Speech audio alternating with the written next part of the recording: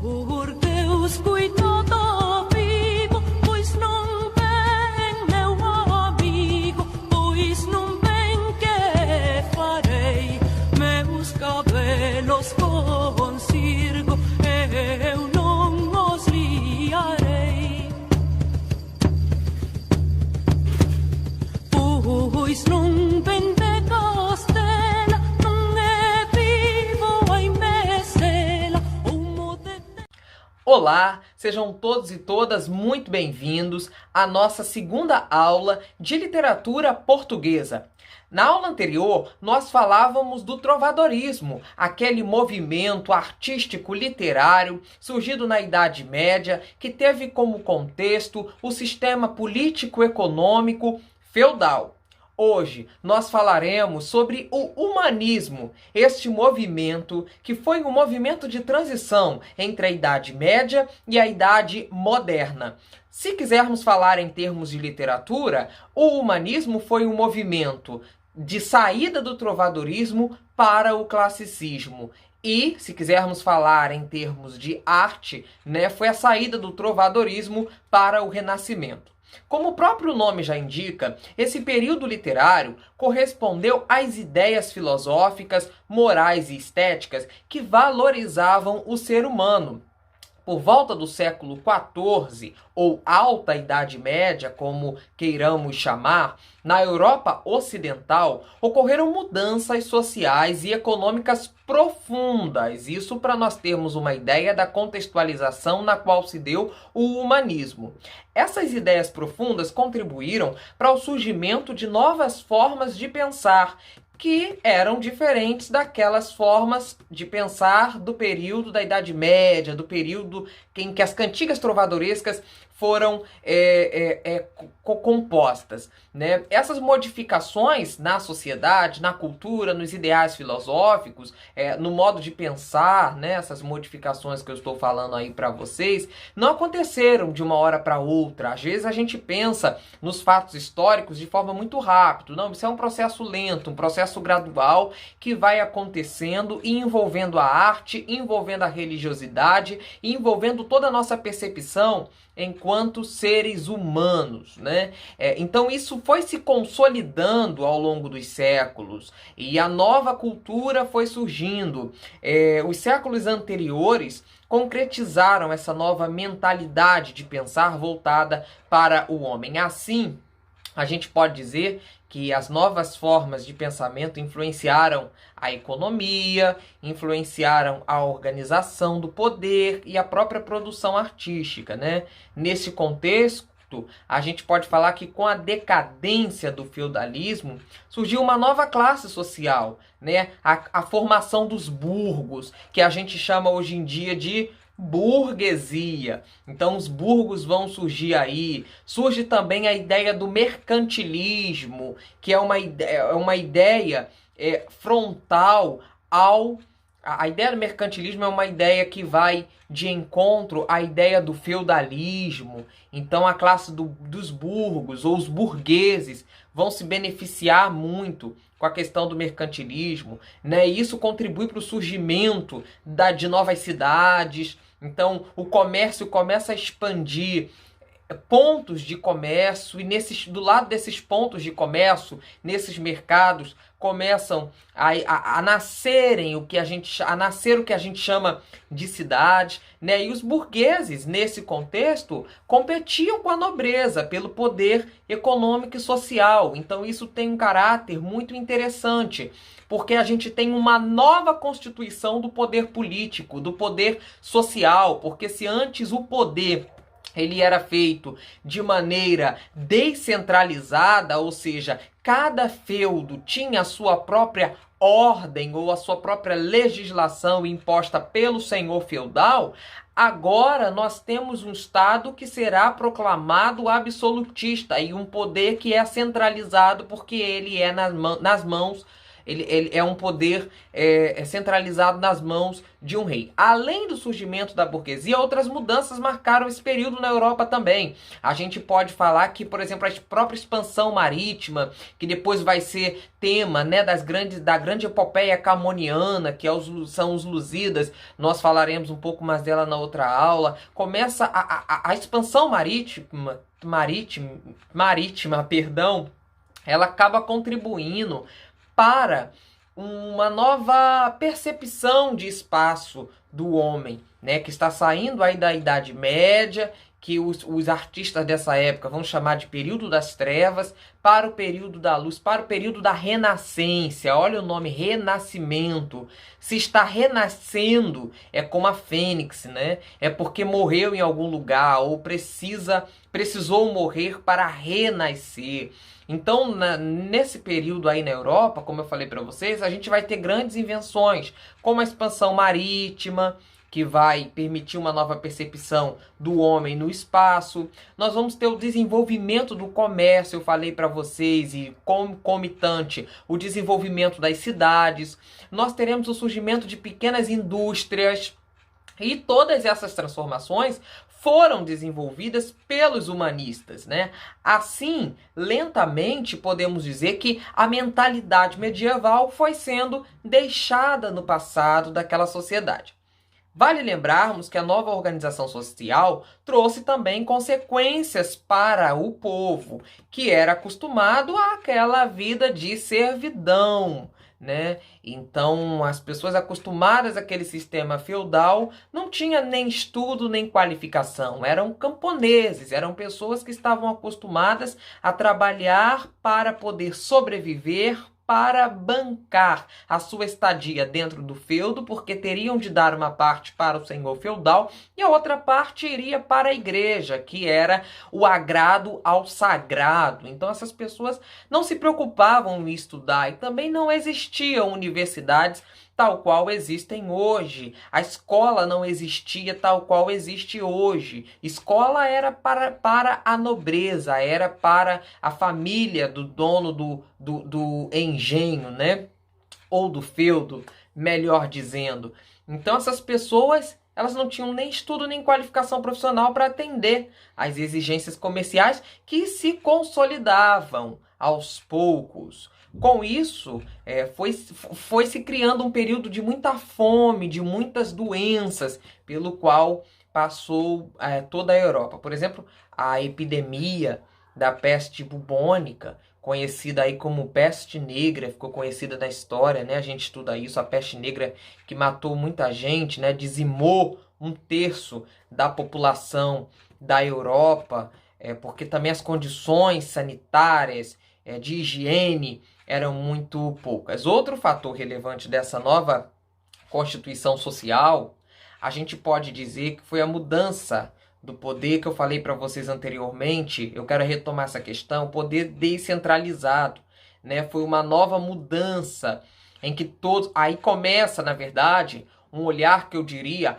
universalizante para o ser humano, porque se antes você tinha o olhar um olhar individual, porque cada família, cada pessoa vivia dentro do seu do domínio do senhor feudal. Agora não, agora você tem um Estado que eu falei para vocês, que vai centralizar o poder. Então a nova Constituição Social, ela gera uma mudança, né? Uma mudança que era de descentralização do poder, que um poder que era executado, como eu falei para você, em cada feudo pelo seu nobre responsável, né? E isso vai passar para um poder centralizado nas mãos do rei. Isso é importante. Ou seja, o momento político fica conhecido como o momento político do absolutismo. É o Estado absoluto, é o rei acima de todos, é o rei acima de tudo. Além disso, a gente pode falar que também a hegemonia da igreja neste período, ela é colocada em xeque. A hegemonia da igreja, ela é quebrada. a influência que ela tinha, por exemplo, no trovadorismo, quando a gente vê a igreja, boa parte das cantigas trovadorescas sendo dedicadas à Virgem Maria, aos santos, etc. e tal. Por falar na Virgem Maria, tem uma aqui do meu lado, né, belíssima. Mas então, para vocês terem uma ideia, né, se a pintura, por exemplo, se a escultura era voltado para a arte religiosa, que eu, por exemplo, aprecio bastante, agora no humanismo não. No humanismo, o que virá será o olhar para o homem, né? Isso vai ficar bem marcado. Por exemplo, nas obras do próprio Michelangelo, o Davi. Então você tem uma apreciação do corpo, você tem uma apreciação da nudez muito grande. E isso tudo está dentro do humanismo, né? Que faz parte aí, como eu falei para vocês, desse período de transição, saindo do trovadorismo para o renascimento. Então esse renascimento é o olhar do homem para o homem, né? Então a hegemonia da igreja é quebrada, a sua influência sobre a sociedade, sobre o modo de pensar, de viver e a influência também nas artes passou a ser criticada. Então não só mais a igreja promovia arte, né? Surgiram nesse momento artistas paralelos que faziam a arte para o povo e para o humano, e não mais para os ditames, ou para o agrado, ou para a gramática da igreja. Qual era a gramática da igreja? A arte não só para apreciar, mas arte para elevar e arte para catequizar, porque nem todo mundo sabia ler. Eu disse para vocês que quando o homem sai da idade média, do trovadorismo, em literatura, e vai para o humanismo, portanto o renascimento, ele não sabia, ele não tinha qualificação, não se ia para a escola, não tinha um olhar para o humano. Toda a tua vida estava projetada no além, né? Se eu não sou feliz aqui, eu serei feliz no além. Então, o homem não ligava muito para as coisas terrenas, ele queria saber do além, tá? Então, estudar, se qualificar, não era o mesmo pensamento que nós temos hoje, a mesma visão de mundo que nós temos hoje. E os próprios seguidores também da igreja começam a criticar esse fazer artístico só religioso. Esse rompimento com a igreja influenciou diretamente no modo de expressão da sociedade ascendente daquele período, que era a classe em destaque que eu falei para vocês, a burguesia, né? Bem como a sua relação com a própria espiritualidade também. Outro aspecto importante e de grande relevância, eu acho, que nós podemos salientar aqui, foi o avanço científico que aconteceu nesse pequeno período histórico do humanismo. O avanço científico se realizou nessa época, muitos avanços. Por exemplo, o início das grandes navegações como forma de expansão comercial e territorial, não só como percepção do homem no espaço, né? Isso permitiu que o homem fizesse comércio e também permitiu que ele fizesse diversas atrocidades, porque é o período em que começa a exploração na costa de África, né? A exploração tanto de mineral, quanto de especiarias, quanto uma exploração também humana, né? Eu falei para vocês do início das grandes navegações, mas também como além dessa expansão marítima, territorial, a gente tem a invenção da bússola. A bússola começa a ser um instrumento muito importante. Por quê? Ela permite que o homem alongue o seu passo, né? Nesse ir e vir pelas terras desconhecidas. Tem um conto que também é de um poeta, aliás, que também é de um literato português, que se chama Homens do Vilarinho. Este conto é do Miguel Torga, que fala muito sobre a constituição da identidade do povo português. E esses homens de Vilarinho, que eram homens que justamente passavam anos fora, anos no mar, né? E quando voltavam, às vezes, a sua família já estava... o filho já estava grande, já estava até casado. Então a bússola permitia, era um instrumento que alongava os passos desse homem, dava uma segurança maior na sua viagem. Outra teoria importante desenvolvida no humanismo foi a teoria heliocêntrica. O que era o heliocentrismo? Que foi provado por Galileu, viu? É quando começa a ideia de que a Terra não é plana, viu, gente? A Terra é redonda. Isso já os humanistas diziam.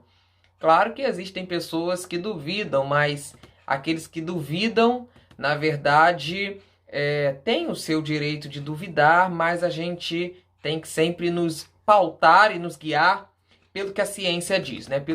Pelo que os cientistas dizem. E o Galilei, né? Ele cria essa teoria do heliocentrismo, que deu ao homem uma postura mais científica, uma postura mais racional. O que era o heliocentrismo? Era a ideia de que não é o Sol que gira em torno da Terra e nós estamos sendo vistos por Deus e cuidados a todo momento pela sagrada, suma e santíssima divindade. Não.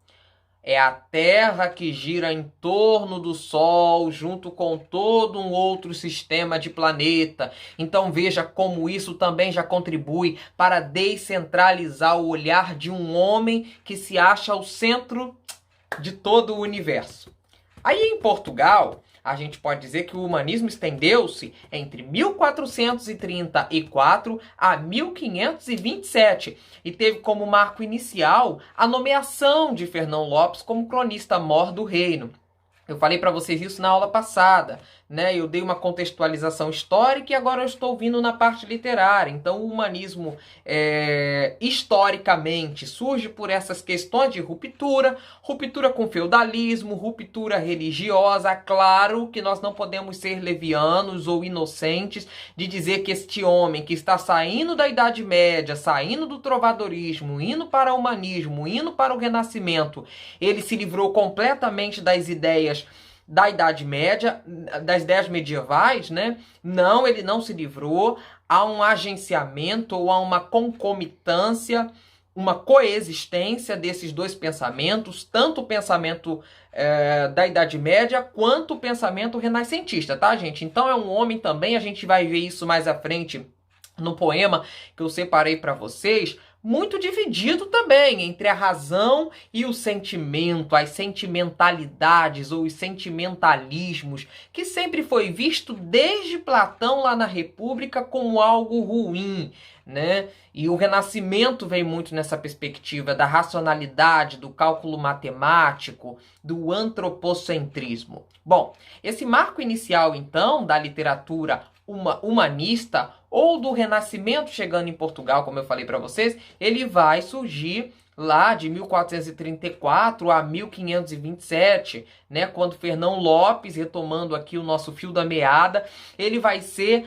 nomeado como cronista-mor do reino. Isso, cronista, já dá pra gente uma mudança de paradigma na forma de escrever, na escrita, porque agora não é mais o poeta, não é mais o trovador, não é mais o jogral, não é mais o menestrel que vai ser responsável pelas cantigas entoadas, mas agora vai ser um cronista, olha só, que vai ser o responsável por publicizar textos, e mesmo que esses textos não sejam publicizados para o público, né, a gente pode dizer que vão ser publicizados entre a nata intelectual. Então vai surgir um novo modelo, um novo estilo de escrita, que já não é mais a poesia. A crônica, até hoje nos jornais, ela é muito mais completa e ela é muito mais voltada às questões sociais, políticas, econômicas do que a poesia. Claro que a poesia também pode ser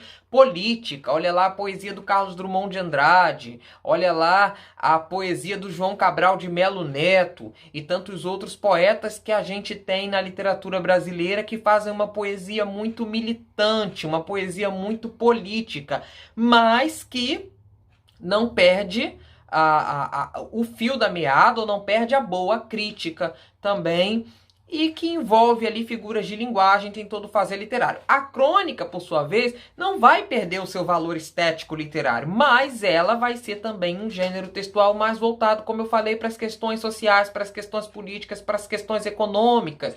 Um exemplo de crônica, vocês podem ver, tem uma boa cronista recentemente que eu gosto muito, ela publica no jornal O Globo, na revista que vem dentro do jornal aos domingos, que é a revista Ela, e ela se chama Marta Medeiros. A Marta Medeiros tem crônicas assim belíssimas, eu gosto muito. Mas outra cronista aí do modernismo, se a gente quer falar, a gente pode pensar na Cecília Meirelles, né? Uma boa cronista, uma boa contista. Também outra que é muito boa é a Raquel de Queiroz. Raquel de Queiroz tem aí uma prosa muito bonita, muito enganjada, muito política.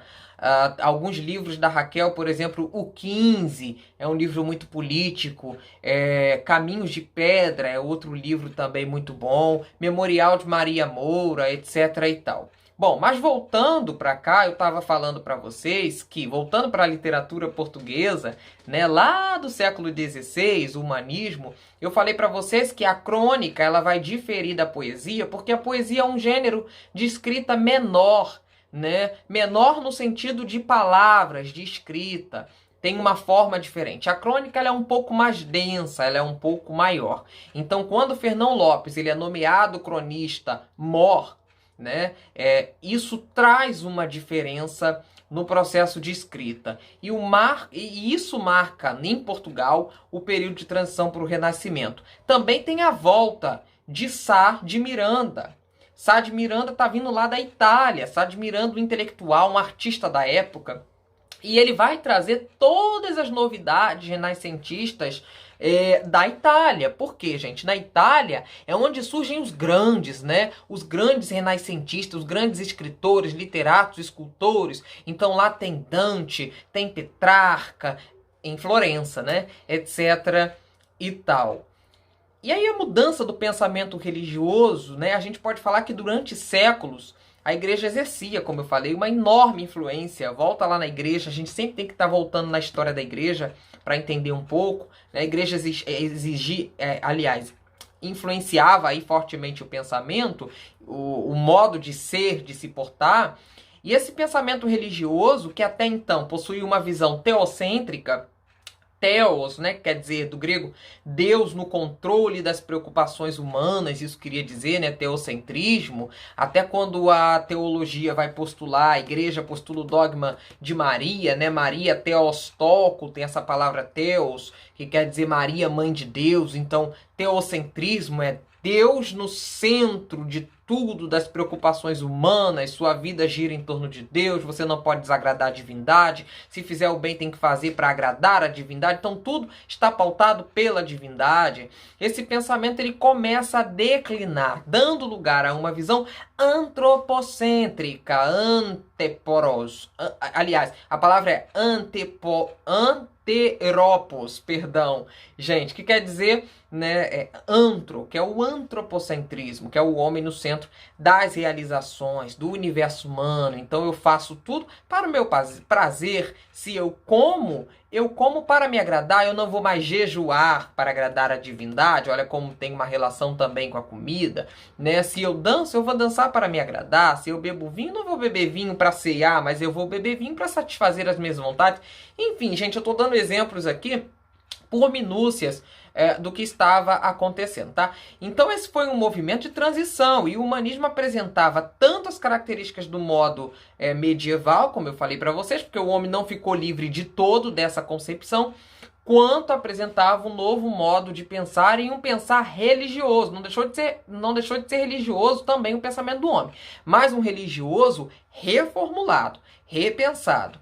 Ou seja, então assim, havia, a gente percebe, uma tensão entre essas duas visões, né? Porém existia, claro, um predomínio aí da visão antropocêntrica, porque era a visão da novidade. Tudo aquilo que às vezes é novo nos chama muito mais atenção do que aquilo que já há um tempo nós estávamos acostumados. Vocês querem ver um exemplo muito simples e muito didático? Quando abre uma padaria próximo à nossa casa, uma padaria nova, muitas das vezes a gente deixa de comprar naquela padaria da rua de trás, que às vezes estava 20, 30 anos ali, porque a gente diz, olha, o pão de lá é melhor, ou os doces de lá, o visual de lá é melhor. Então a gente para de comprar no que seria o velho e começa a ir no novo. A mesma coisa o mercado. Quando abre um mercado na cidade, por mais que a cidade tenha vários mercados, a gente quer ir fazer uma compra no mercado novo,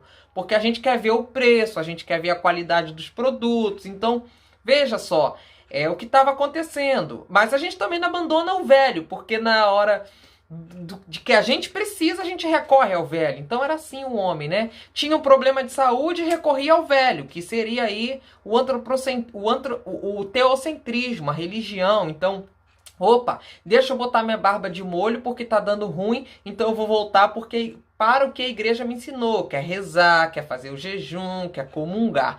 Mas enquanto não tá dando ruim, eu vou ficar aqui no antropocentrismo e vou satisfazer as minhas vontades. Bom, é um exemplo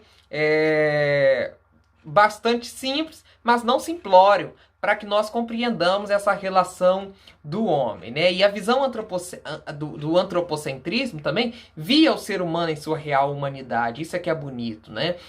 Desconectado da visão da igreja, tinha os conflitos, como eu falei para vocês. Passando a ser responsável também por seus pensamentos e atos, sem a necessidade da permissão religiosa, que é uma coisa muito marcante, muito interessante, porque no humanismo, as pessoas já não precisam mais da autorização da igreja para fazer arte, para publicar. Claro que a igreja tem seus meios de perseguição e seus meios de controle, inclusive na própria catequese ou na própria homilia cotidiana, né? Tem os seus modos ali de controle. Mas a arte começa a se libertar ou se livrar dessas amarras, né? Por esse desligamento, a gente pode dizer que houve um resgate das culturas greco-romanas da antiguidade. Porque assim, gente, vamos ser sinceros, o homem estava acostumado com um estilo de vida. Agora ele tira aquele estilo de vida, ou ele tira aquela cultura, que era uma cultura judaico-cristã, e ele passa a viver de um outro modo, a viver de um outro tipo. Esse tipo é de uma outra cultura que tem que ser colocada no lugar, né? Então, esse lugar seria essa cultura que agora sustentaria, serviria como pilar, né, dessa nova sociedade, seria a cultura greco-romana. Então, esse homem iria se alimentar das artes greco-romanas, do racionalismo, que já tinha sido visto lá atrás nos gregos, né? No Aristóteles, por exemplo. Eu acho que esse é o período máximo.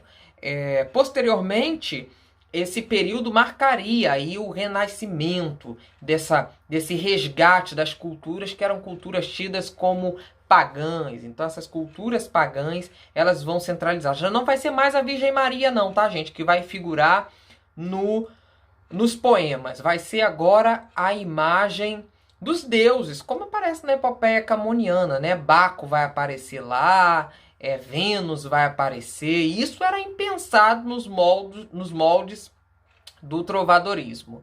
Então, assim, houve uma retomada de temas, de valores, de personagens da mitologia dos gregos e dos romanos, tá bom? Como eu tô falando para vocês. As características gerais do humanismo, eu vou colocar aí na tela para vocês verem, era a transição, né? As características gerais a gente pode elencar como a transição do teocentrismo para o antropocentrismo, só para vocês marcarem aí para a gente discutir isso no fórum. O cientificismo, como eu falei para vocês, então a ciência ela começa a ganhar o espaço, né? E os fatos da natureza, que eram, eu falei para vocês naquela aula, que tudo ou era o divino ou algo que se relacionava a ele, esses fatos eles começam a ganhar uma notoriedade científica e uma explicação também científica. Portanto, eu estou falando de se chove, não é porque São Pedro quis que chovesse, não, gente. É porque existe uma explicação matemática climática para que houvesse chuva, tá? Então começa acontecer essa explicação cientificista. O racionalismo também é uma das marcas aí do humanismo que se insere nisto que eu estou falando para vocês. a retomada do modelo clássico das culturas da antiguidade, falei para vocês, né, a cultura grega e a cultura romana em particular, a busca da beleza e da perfeição, olha aí um dos pilares que a filosofia renascentista também vai se preocupar bastante, que é a estética, né? A gente sabe que os pilares da filosofia que ela se preocupa é a política, é a epistemologia, é a ética, é a estética e é a política. Então, nesse período, quando eu falo de busca da beleza e da perfeição, eu estou falando, portanto, de uma busca por saber o que é belo, por definir o que é bonito, né? O belo é o homem, o belo é o corpo para os humanistas, visando aí uma visão, claro, antropocentrista. E a valorização do corpo e das suas emoções, como eu falei para vocês. Então não é só o corpo em natura, não é só o corpo em forma, mas também tem que haver uma valorização das emoções desse corpo. E aí a gente entra no período de produções literárias, que é o que nos toca bastante aqui nesta nossa aula, né? O período de produção literária, ele é um período muito lindo, né? O período humanista de produção literária, porque ele possui produções que mesclavam características medievais e modernas. Olha aí a literatura servindo. Muitas pessoas me perguntam assim, Leandro, como eu posso estudar a história através do texto literário? Como que eu posso me valer da literatura para fazer uma análise histórica? Porque a literatura, em certa medida, ela imprime nas suas letras, ou ela registra, ou ela fotografa escritamente um momento histórico, gente. Ela fotografa o momento da psique humana. Então, nesse período aí, a gente vai ver características tanto medievais quanto modernas. Então, fica muito claro na poesia, né, na poesia palaciana, nos autos, etc. e tal, esse período de transição, né? Entre elas estavam a poesia palaciana, que eu acabei de falar para vocês, que era proveniente das cantigas do trovadorismo por excelência. Então a poesia, ela continua, ela possuía, porém, uma estrutura textual mais elaborada do que no trovadorismo, né, com redondilhas, que eram aqueles poemas de 7 sílabas, e etc e tal. Depois vocês podem ver isso com mais precisão no Google, fazer uma busca, ou se vocês tiverem livro de literatura, para vocês se informarem um pouco mais. Era uma poesia repleta de ambiguidades, tal qual aquela que eu falei para vocês, as características do escárnio e da cantiga de maldizer. Era cheia de aliterações, cheia de assonâncias, então a figura de linguagem predominava ali. Também era uma poesia cheia de idealismo, porque eu falei para vocês que a poesia palaciana, acabei de falar, ela é fruto também de uma poesia trovadoresca. E vocês lembram que no trovadorismo existia a idealização da mulher, existia a idealização do desejo, existia a idealização das coisas. Lembra lá do poema de Dom Diniz? Ai flores do verde pino, ai flores do verde ramo, se saberes nova do meu amado, ai Deus, ai Deus. Então é um poema idealizado e muito bonito, né? Também é uma poesia palaciana aí do humanismo, cheia de sensualidade. Eu não falei para vocês que o humanismo ele vai prezar pelo corpo, pelas emoções desse corpo? Então, é uma poesia cheia de sensualidade. É uma poesia também que envolve métrica, tem uma métrica muito precisa, um ritmo, então é uma rítmica mais cadenciada e menos acelerada do que a rítmica do trovadorismo, porque a rítmica do trovadorismo, claro, era para ser cantada, né? E cheia de expressividade. Não era mais acompanhada por instrumentos como a laúde, como a flauta, etc e tal, porque eu acabei de falar para vocês justamente isso, que não era uma poesia cantada, mas era uma poesia falada, né? E falada, recitada dentro dos palácios, para a nobreza e também para a burguesia, claro, que acabava frequentando os lugares também visitados pela aristocracia, por que não? Visto que eram comerciantes, né? Uma coletânea de poesias nesse período foi publicada e chamada de Cancioneiro Geral. A gente tinha lá no trovadorismo o Cancioneiro da Ajuda, o Cancioneiro da Vaticana, o Cancioneiro da Biblioteca Nacional. Agora a gente vai ter o Cancioneiro Geral, que reuniu 2.865 autores. Então foi um volumão que reuniu ali os poetas. Quem queria publicar, vamos publicar. A hora é essa e todo mundo publicou aí essa coletânea, né? E que foi publicada em 1516. Essa organização foi realizada pelo poeta português Garcia Rezende, que desempenhou um papel importantíssimo na literatura portuguesa, né? Garcia Rezende, que era um dos principais, foi um dos principais nomes, como eu falei para vocês, né? Os principais temas também desses temas, aliás, o principal tema dessa poesia, perdão, eram os costumes da corte. Então a corte vai aparecer com muita proeminência aí. Temas religiosos apareciam também. Temas satíricos, líricos e os heróicos também. Eu separei para vocês um exemplo de poesia palaciana, que é do Aires Telles. E essa poesia ela diz assim. Acompanhem comigo, vai aparecer aí para você na sua tela. Meu amor, tanto vos quero, que deseja o coração 1000 coisas contra a razão.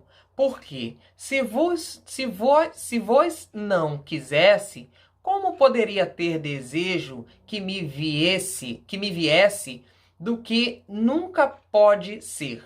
Mas com quanto desespero e em mim tanta afeição que deseja o coração. Então você veja que lá em cima ele vai falar, né, da razão que é contra o sentimento. Então aí a luta que eu falei para vocês, né, o homem racional com o homem das sentimentalidades. A gente também vai ter não só a poesia palaciana, nós também vamos ter a prosa humanista. A prosa era dividida entre as crônicas historiográficas e as crônicas ficcionais, que eram as novelas de cavalaria, né? Então a gente tinha aí 2 tipos de crônicas.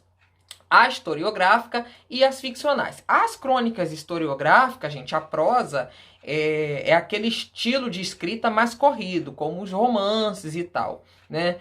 A prosa historiográfica era mais uma prosa histórica, mesmo como o nome já diz e sugestiona pra gente, né? Esse nome já indicia o que ela é. Então, as prosas, por exemplo, de Dom João I vai ficar famosa.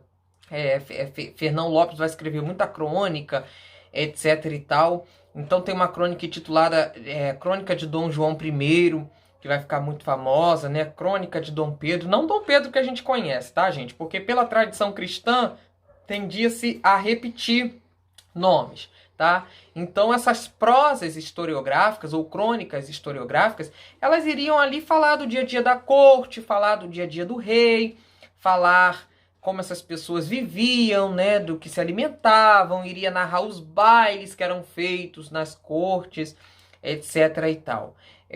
E as crônicas ficcionais, que eram as novelas de cavalaria, que era algo mais elaborado ficcionalmente falando. Fernão Lopes, como eu falei para vocês, foi considerado o pai da historiografia portuguesa, né? Pois por meio de seus estudos e pesquisas historiográficas que ele começou fazendo, foi pioneiro nessa questão, ele relatou a vida dos principais reis de Portugal. E obras deles, por exemplo, a gente pode citar aqui como a crônica de El Rei Dom Pedro, né, que é publicada em 1434, a crônica de El Rei Dom Fernando, de 1436, também tem uma outra crônica de El Rei Dom João I, que eu falei para vocês, de 1443. A crônica ficcional foi uma adaptação das novelas de cavalaria, tá? Que existiam já lá no trovadorismo. Claro que bem pouquinho, mas existia, né? Quando elas foram traduzidas, elas sofreram, logicamente, modificações para adequar-se ao pensamento e à realidade social da época. É como assistir novela. A gente sempre assiste novela e diz assim, eu não vou mais assistir a novela da Globo, não. Eu não vou mais assistir a novela da Record ou a novela do SBT, porque são novelas iguais, né? Todas elas têm um vilão, todas elas têm um mocinho, vai começar tudo enrolado, vai desenrolando ao longo da trama, e no final vai haver os felizes e haverá os felizes para sempre. Para sempre. Claro, gente, que será assim. Só que o importante não é o fim da novela. O importante é a forma como se conta a novela, né? Tem um teórico da linguagem, um linguista, melhor dizendo, que se chama o Roland Barthes. E o Roland Barthes, ele tem um livro publicado pela editora Coutrix, que se chama Aula. E neste livro, o Roland Barthes vai dizer que todo texto é o intertexto de outro texto.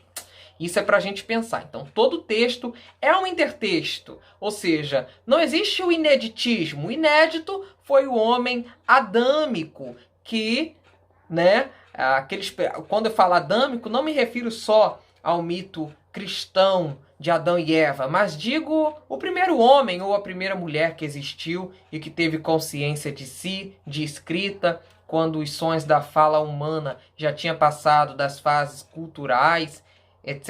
e tal. Quando essa pessoa teve a consciência, essa pessoa sim foi uma pessoa inédita, ela escreveu algo que era inédito. Mas os demais, né, a gente pode dizer que foram fazendo um intertexto. Então, essas novelas de cavalaria, do trovadorismo, elas foram adaptadas para o humanismo. E as novelas que nós assistimos também, né? Você vê que há pouco tempo, não se falava em casal homoafetivo nas novelas. E hoje em dia se fala. A novela basicamente tem a mesma estrutura, mas os assuntos são diferentes. Não se falava em racismo nas novelas. Hoje em dia se pauta a questão do racismo. Então você tem o tema da homoafetividade, você tem o tema da transexualidade, como foi a novela A Força do Querer, etc. e tal, sendo pautados, sendo adaptados e sendo dialogados com a sociedade contemporânea, mas no mesmo estilo da novela de sempre. Parece que quando eu leio a Odisseia ou a Ilíada, eu tenho a impressão de estar assistindo as novelas de hoje em dia, mas de forma adaptada. Depois, então, desse período de crônica ficcional, né, desse período da prosa, a gente vai ter outro gênero importante, que é o trágico e o dramático, que vai surgir com o quê? Com o que eu amo de paixão, que é o teatro.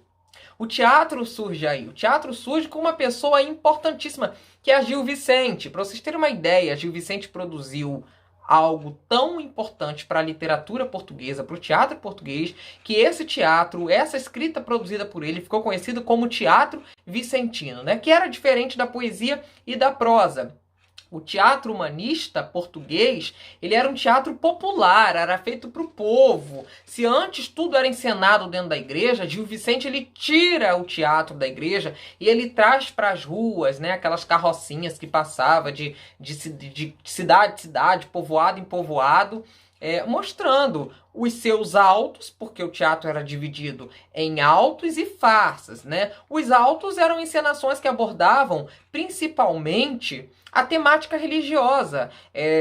Exemplos desse tipo de obra era o Alto da Barca do Inferno, né? Esse alto aparece nesse Alto da Barca do Inferno, é lindo, leiam, de Gil Vicente, o Alto da Barca do Inferno. E nesse alto ele aparecem personagens ali que são importantes, né? Primeiro aparece o Fidalgo. Primeiro, gente, como que começa, para eu falar para vocês dos personagens, como que começa o Alto da Barca do Inferno, né? 2 barqueiros que vêm, e estes 2 barqueiros, um vai levar as almas para o céu e o outro barqueiro vai levar as almas para o inferno. Deus me livre. Então, o que acontece ali? Surgem muitas almas, né? O juízo final, vamos dizer assim. Isso lembra muito. Então surgem muitas almas, umas querendo ir para o céu, outras que não querem, ninguém quer ir para o inferno, mas vão ter que ir para o inferno.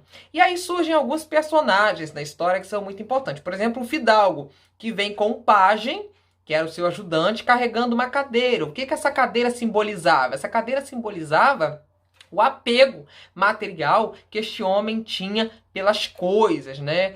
Não tem jeito, vai parar no inferno, já está lá na barca do inferno. Temos também o agiota, que era aquele que extorquia, que cobrava preço exorbitante. Nada mudou muito, né, gente? Então esse também não tem jeito, vai pro inferno. Surge também na história o frade. O frade é uma figura muito importante, e quando eu li, eu gostei muito, achei engraçado. Eu li essa obra há bastante tempo, mas foi um personagem que me marcou muito. O frade era feliz, o frade era cantante, o frade tinha tudo para dar certo. Tudo para dar certo, gente. Era uma pessoa religiosa, era uma pessoa que rezava, era uma pessoa que cuidava, mas era uma pessoa que não tinha uma vida nos bastidores muito boa. Então, o frade acaba indo para o inferno também. Palavras de Gil Vicente, o inferno, abre aspas, também foi feito para os frades, né? Que é aterrador. Depois surge também um outro personagem, que é o sapateiro.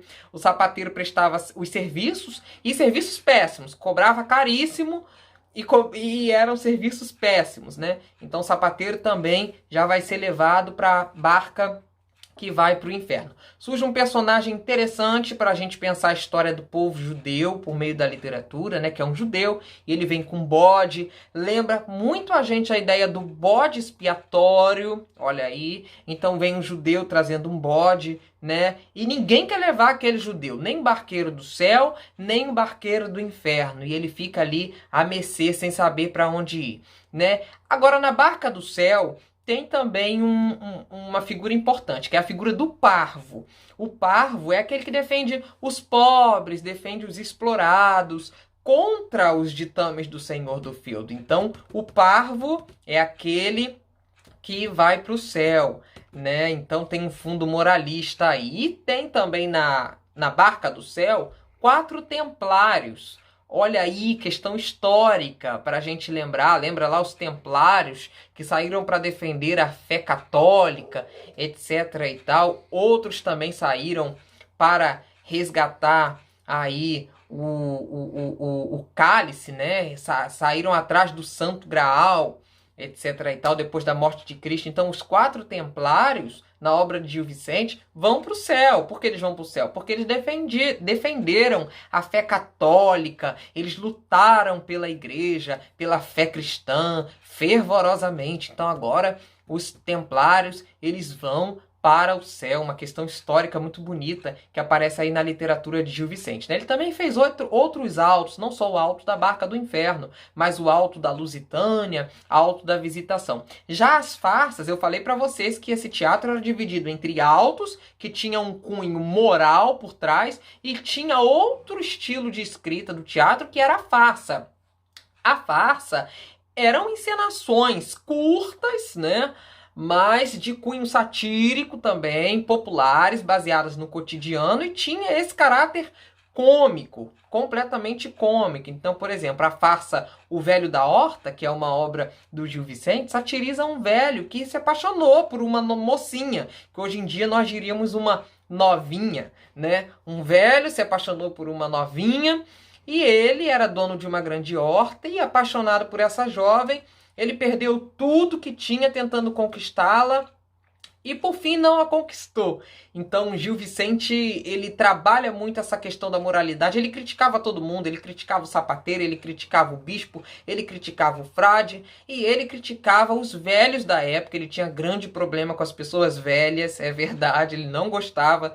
E ele criticava essas pessoas e dizia que essas pessoas tinham que se colocar no seu lugar, literalmente. Então, agora, o Gil Vicente também acreditava algo que é interessante, né? Que rindo se corrige os vícios. Então, quando você ia ver uma farsa, que você ficava lá rindo, achando engraçado, você também colocava a sua barba de molho. Então, o humor de hoje em dia trabalha muito com essa ideia, né? Gil Vicentina, que é fazer você rir, mas fazer você rir com base em uma crítica. E dessa crítica fazer você parar para pensar as questões políticas, as questões históricas, e se você também não está se fadando ao ridículo em alguma situação, por que não falar assim? Claro que para cada época uma adequação cultural e postural. O principal autor do teatro português, então, fica marcado aí, foi Gil Vicente, por causa da sua influência, né? Inclusive aí, esse tipo de produção literária ficou conhecida,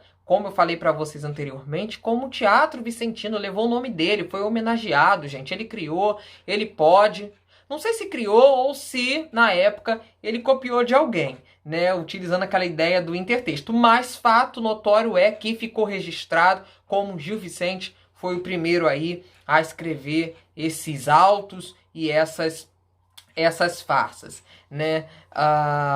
E ele trazia, como eu falei para vocês, essa visão do antropocentrismo, porque muito raramente, embora você vê a questão do divino no alto da barca do inferno, como eu falei para vocês, tinha um barqueiro do céu, tinha um barqueiro do inferno, e tinha as almas ali, umas iam para o purgatório, outras já iam direto para o inferno, outras iam direto para o céu. Tem um cunho religioso, mas tem um cunho humano, porque a todo momento a literatura está indiciando, ela está apontando para as atitudes humanas. humanas. Veja a atitude do sapateiro, que vendia sapato caro e prestava um péssimo serviço. Vai para o inferno, como eu falei para vocês.